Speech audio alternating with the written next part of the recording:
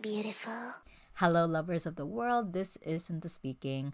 I really love shoegaze. Even though I'm new to the genre, I'm doing my best to try and learn as much as I can, especially since I am going to be writing about it for my PhD. Whenever I've delved into the genre, I always come across a handful of bands that a lot of people say are, the canon of the genre. My Bloody Valentine, Slow Dive. One of the bands that I see sometimes pop up is a band called Ride. I just got back from the Ride concert and I wanted to sit down and share with you guys the thoughts and experiences I had while I went to their show. I enjoyed it a lot. I felt like I also learned a bunch of new things. If you're new to this channel, I do this series I call concert ethnographies, where I go to a concert and basically share with you guys my thoughts as well as the experience I had of going to that show, alongside maybe observations I have of the community or the genre. I'm doing this series mostly to improve my critical thinking skills as well as my observational skills, so that I can kind of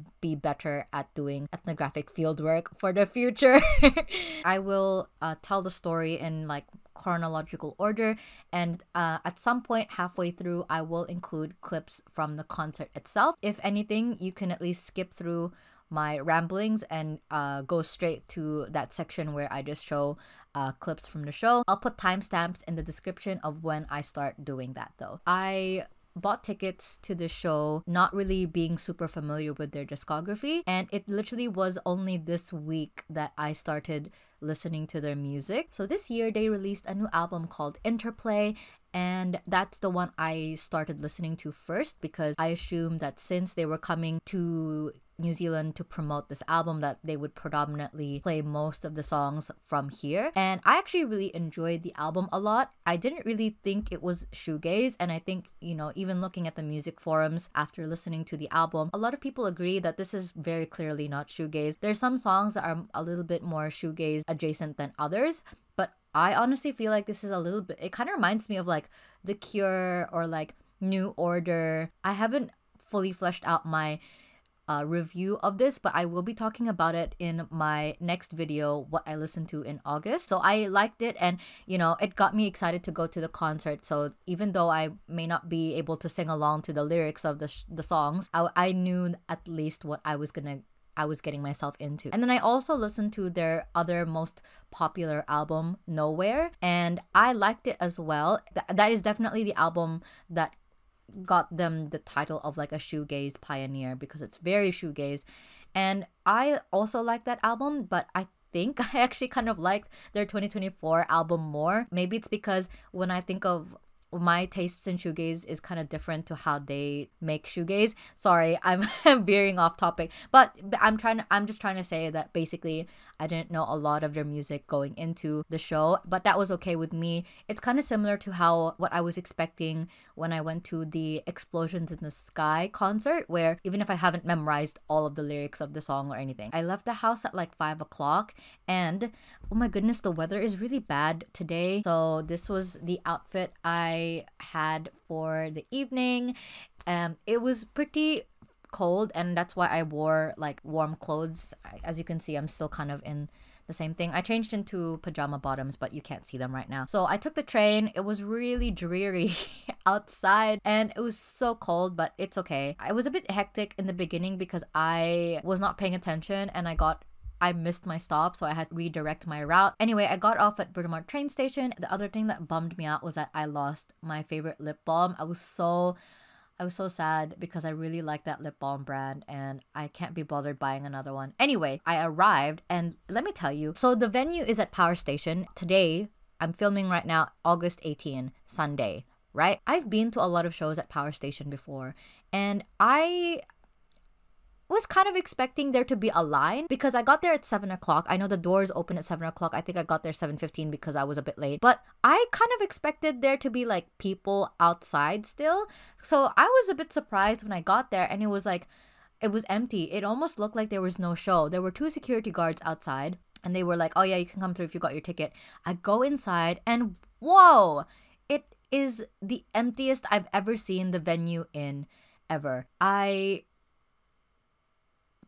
didn't expect that. I don't know why. I think like my concert experiences have usually been either like people will arrive early so they can get barricade, or you know, obviously I'm in a different venue so it's like more packed. But like it really kind of surprised me. It was like a jump scare, like going inside and it was really empty. In the past, I often say that I like to collect merch, right, for a concert that I go to, especially if I really like that artist. But lately, this year, I haven't really been buying shirts or merch, and I think it's just because I've started to kind of reframe how I look at my collection, as well as me trying to save more money. I was really on the fence about it because if you look at I had a look at the merch options, and they had 2 t-shirts. If I have the photos, I'll put them up. But one of them is like the album cover of Nowhere, and it was a long sleeve. It was $90. I was like, I was shocked. That was probably the one that I liked the most, but like $90 is a lot, and I don't even like to wear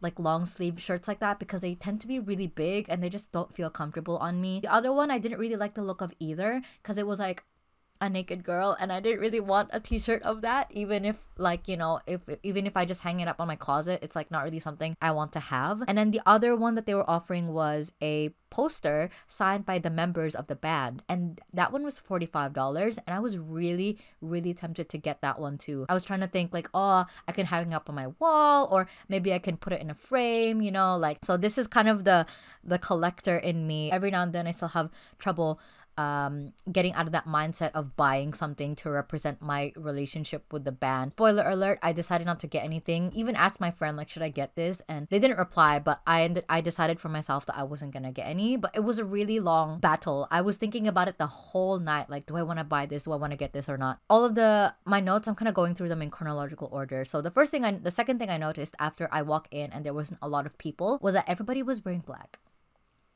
Everybody was wearing Everyone was wearing black. Why?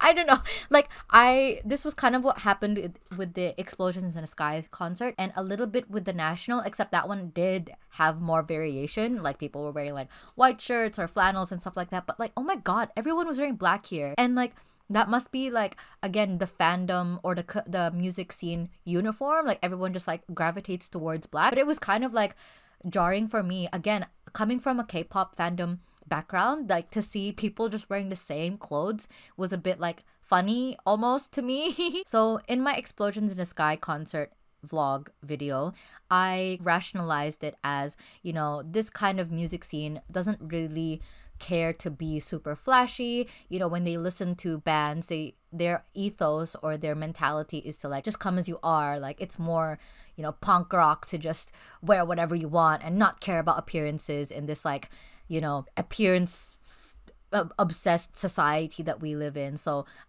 that's what I assume where people were coming from when they're going to these shows and only wearing black and t-shirts and flannels. And I did make an effort to hunt for other band t-shirts because I'm really fascinated by the ecosystem of specific music scenes. So shoegaze adjacent bands and then rock bands, these people are not just listening to shoegaze. Some of them are, I don't know, but it's more likely that they listen to other rock genres or they attend other rock concerts. So I was looking around to see what other bands I could recognize, and one of them I was really happy to see was the Cure t-shirt. Somebody had the album cover design of Disintegration, which is an album that I really like. Actually, it's really good, and I think is like, I'm not surprised to see at this Ride concert. I saw somebody with the National shirt, but not from the concert I went to this year. A different like design, but I recognized it. It was like the National. Another one was the album cover of a New Order album, which I thought was cool, and again, not surprising at all. And then there was somebody with a Slow Dive t-shirt, definitely expected. And then my favorite one, somebody just had, it was a black t-shirt and then the gray text, shoegaze. I love it. And I was thinking like, you know, it's so important when you're a member of a specific music scene to be aware of all the other bands in your ecosystem, because I could only recognize who these people's bands were if I'm kind of in the know, right? So if I see a band like t-shirt and don't recognize where that's from, that's kind of like on me almost. Like, why don't I recognize this band that's very clearly a part of this, I keep saying ecosystem, but I think ecosystem is a really good word to describe the music scene. So yeah, there were definitely like t-shirt designs that could have been band t-shirts and I just didn't recognize them, but those are the ones that I wrote down and found. There was this couple, I swear they're Filipino. So they were like an older couple. I would say like in their 40s or 50s, and they were wearing like a black Ride t-shirt. So I recognize the design as the album cover of one of Ride's older albums. I just don't know the name of it, but I'll put it up next to me so that you guys know what I'm talking about. And so they were wearing matching shirts, but that design was not offered at the merch table. So it's their own t-shirt. They got it from somewhere else, and I just thought it was so cute, the idea that like you and your partner are like both fans of this band and they just like look really cute wearing their matching shirts. I'm like, me and who? When will I have my turn? It was so cute. I kind of wanted to talk to them and be like, hello po, I'm Filipino as well, but I was too shy. Yeah, I just felt too shy. There was no like, I couldn't find a way to like engineer a situation where it felt normal to like just go up and talk to them. So yeah, like I said, when I arrived, it was basically the emptiest I've ever seen Power Station ever. But that's to be fair, because the opening act, Mercury Rev, had to pull out because they got sick. I didn't know that they pulled out until literally today when I was checking the details to see and make sure that I didn't forget anything. I got the announcement that they had pulled out because they were sick. And so I think that contributes to why it was like really empty, because people who probably bought tickets to see Ride and Mercury Rev was like, oh, that's one less reason to arrive early. And the demographics, as you can expect, is mostly white. They were mostly older and they were mostly male. And it was like, this was kind of what I expected the Explosions in the Sky concert demographics to be, but wasn't. 85 or 89% of the people there were like old white men, like old in a sense with gray hair. I'm just commenting on it. I find it really interesting, the demographics of these concerts anyway, the generational gaps within musical tastes for sure. I mean, every now and then I did see somebody younger, like maybe my age, like, I mean, I was there, right? But it like skewed heavily on the older side.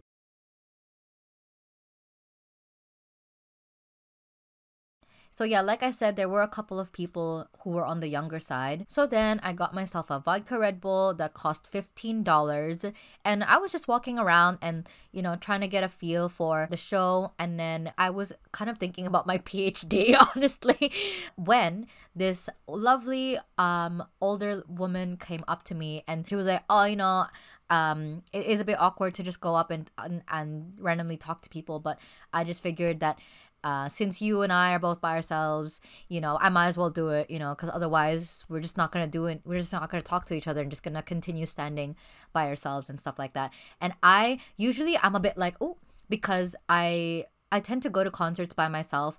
And I think lately I've been trying to be more aware of just safety, but she was really nice and I enjoyed talking to her a lot. So she's not from New Zealand. She had originally been from the UK, and she said that she saw My Bloody Valentine a few times. And I was like, I'm so jealous of you. Like, I wish I could see them as well. She was talking about how the differences between concerts, you know, since I'm making this series, I was like, keep talking. Yes, tell me more.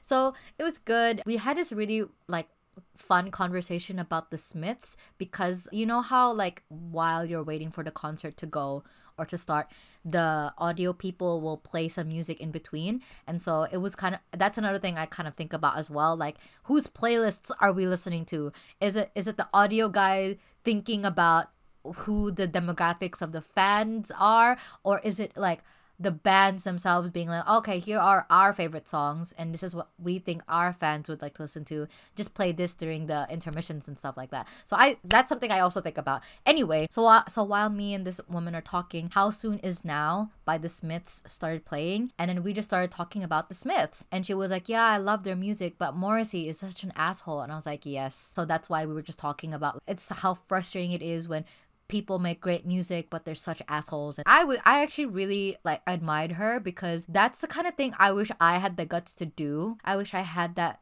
courage to just go up and talk to people, because that is gonna be something I'm gonna do later down the line. But you just never know with people. Like, that's why I felt too scared to talk to that couple that I saw earlier. A blessing that she came up and talked to me, because it really made me think about how much I want to do that and how much I need to learn how to do that and get over that fear of not knowing how to talk to people, wanting to make connections within my own music scene, music community, and not knowing how to do that. To be fair, I would probably feel really comfortable talking to a fellow K-pop stan at a K-pop concert. This is like a scene or an environment that I still feel like I'm a foreigner to. So we ended up splitting up because I ran out of drinks. I went to the bathroom, and then I was like, you know, fuck it, I'm gonna buy a second drink. So I went up, and I was really indecisive about what to get. I was looking at the sign, and the bartender like beckons me over, and we just had a really nice chat. That has never happened before, like,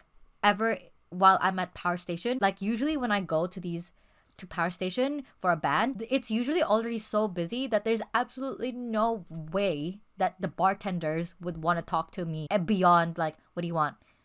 Okay, tap here and stuff like that, right? But she was really nice. That was really interesting, and I'm pretty damn sure that there's no way that we would have like had an opportunity to chat like that if it wasn't so empty at the time. Now, to be fair, this was about 8 p.m. It was also when like the opening act was starting to like set up. That was probably like the only time that we would have been able to chat, because that was the last time that there was not a lot of people in the venue. So again, like, there was a part of me that really wanted to ask her, you know, like, what is it like to work as a bartender in these music venues? Like, what can you tell me about your experience? Is there a difference in like fan culture? You know, do you get like drunk assholes, or is everyone really nice, or is there a band whose fans are really good? I really wanted to ask her. I was thinking to myself, like, I really want to get a job here just so that I can see what it's like. Fascinating to just hear her talk. But again, like, you know, she has to do her job, and I didn't want to hold her up. The staff who work at the venue, I feel like they just have such a unique vantage point. You know, your experience as a bartender is going to be so different to like the security guard, or the audio tech people, or even people who work backstage, or people who like specifically work with the technology of the instruments. And again, that's going to be different if like you're a woman, or if you're a person of color, or if you're someone who's like bigger versus smaller. You know, just so many like things I really wanted to. And about 8 p.m. the opening act starts to play. It is not Mercury Rev. It is a local band named, I think, Table Fox, and I actually really enjoyed their music. I love the way they talk, because they just sounded really Kiwi. They have like the thickest Kiwi accents ever. And then they made this joke, I think towards the end of their set, that like, oh yeah guys, I hope you're having a good time. We're actually supposed to be in the crowd with you, but then we got a call the other day and now we're here. And I thought that was really cool, and it made me realize that like I should just be more attentive to the music scene, the local music scene here. So here is a couple of clips from their set. You know you come. I started long ago. I'm a matchmaker with a hole. There's something animal that keeps me from seeing through. Try to your best, get it anyway. It's a false field you embrace. Trying to keep up the pace.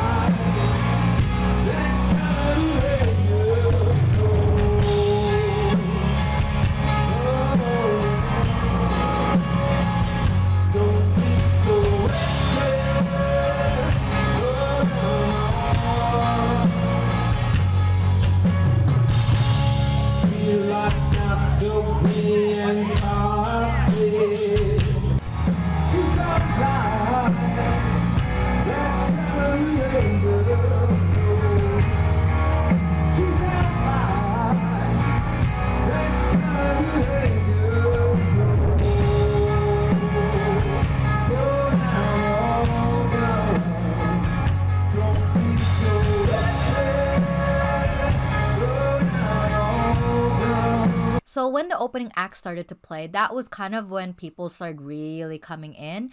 And that was also when I thought I smelled weed. Who was smoking? Either they had smoked before coming in, and then the smell just stays on their clothes and stuff. Because there were times where I felt like I also started smelling cigarettes, but like whatever. By 8:30, the opening act had also wrapped up, and I had finished 2 drinks. I was pretty crunked by then, even though I did eat beforehand. I am a lightweight, and that's good because I imagine paying for more than 3 drinks at this stinking place. $15 each. Now, I just wanted to quickly explain the layout of Power Station for those who have never been. So basically, I wish I had video of this, but I can't. My phone sucks and it's really dark, okay? So got the stage at the front, obviously, and then it's kind of like a small pit, 2 steps down, and then it's like a pit, like the closest thing you can get to a pit. You've got the audio people tent thing at the back. There's like a space, and then it's the bar, right? And so around the sides where the wall is, there are chairs, couches, like pressed up against the wall. So usually people who are like tired or who don't want to stand up, they tend to like already kind of reserve their seats there. Either they don't stand up or they just... And then there is stairs on either side that leads up to a balcony that goes around the venue. Yes. Now, I actually tend to not hang around in the balcony. I think I prefer to just be in the pit. I think the only time that I've been upstairs was when I went to see 100 Gek. That was a really good decision because I got to see the mosh pit, but I don't think anybody was moshing in here. Anyway, I went upstairs after the opening act to kind of just see like if I could spot anything interesting, or you know, I was on the lookout for interesting band t-shirts to keep up with the theme of things I've literally never seen before in my entire history of going to Power Station events. There was like a hidden room at the back where the stairs were. I've never seen this before because I know that there's a bar there as well. And I think there's also on the side like a merch stall, but that one's not as popular and stuff like that. I know there's a bar there, but like behind the bar, if you go around it, there's like a hidden room. And then there's more chairs and people are sitting there and like, you know, having a chat and stuff. Well, I've never seen that before. Have they never opened that up in the past? Or it could be that I've just like never timed my visits to the balcony in a way that got to see that section. But I was so really confused. I was like, I have been to so many concerts in Power Station. I didn't realize that there was like that this could open up and that you could sit here and stuff like that. So that was, to me, that was I think it's only interesting to me. I'm sorry. You can skip this if you want. So anyway, I patrolled around a little bit. By then, people were already really pressed up against the balcony barricade. So there was like, yeah, I don't want to be here. So I went back downstairs and basically waited until the official start of the show. At 9 o'clock, ride finally took to the stage. So I got to stand way up at the front and I got like a really good view. So I'll play some clips from the show right about now.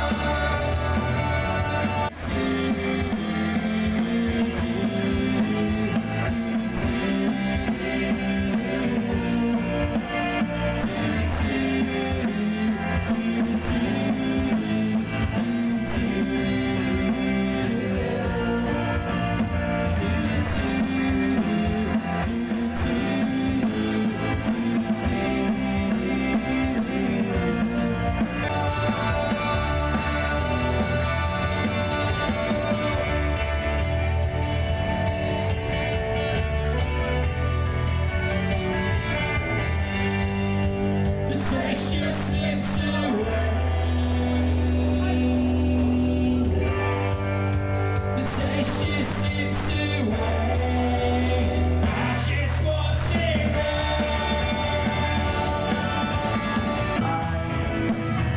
I love you anyway. Thirsty for your smile. I watch you for a while. You are a vapor train in a deep blue sky. La la la la, la la la.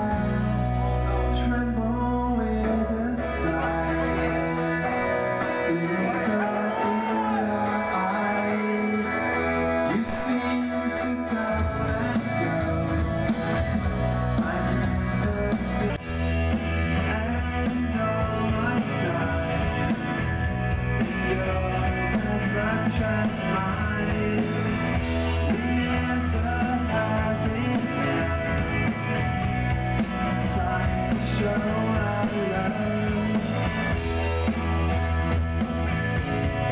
La la la la, la la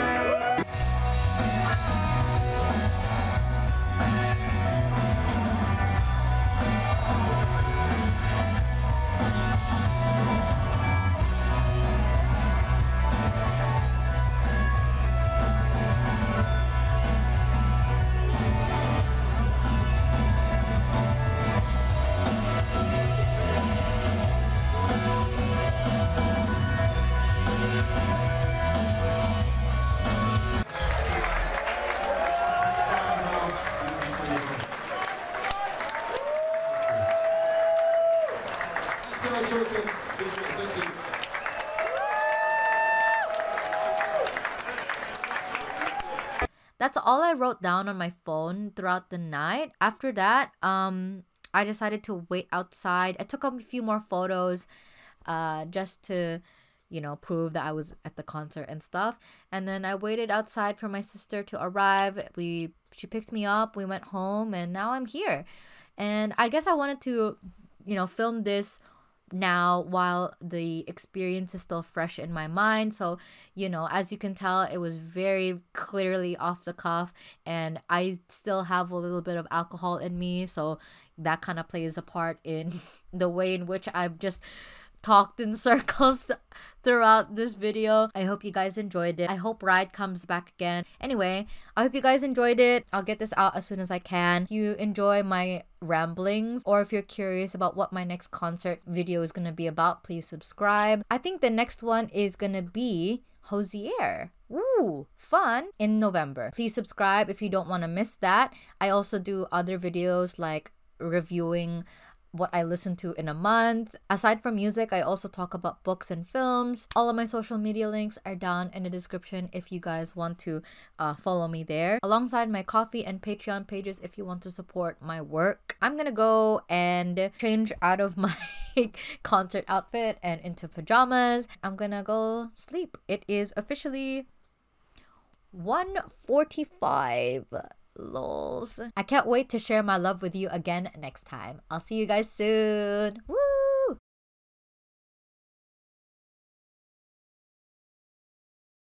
What's my sign off? Wait.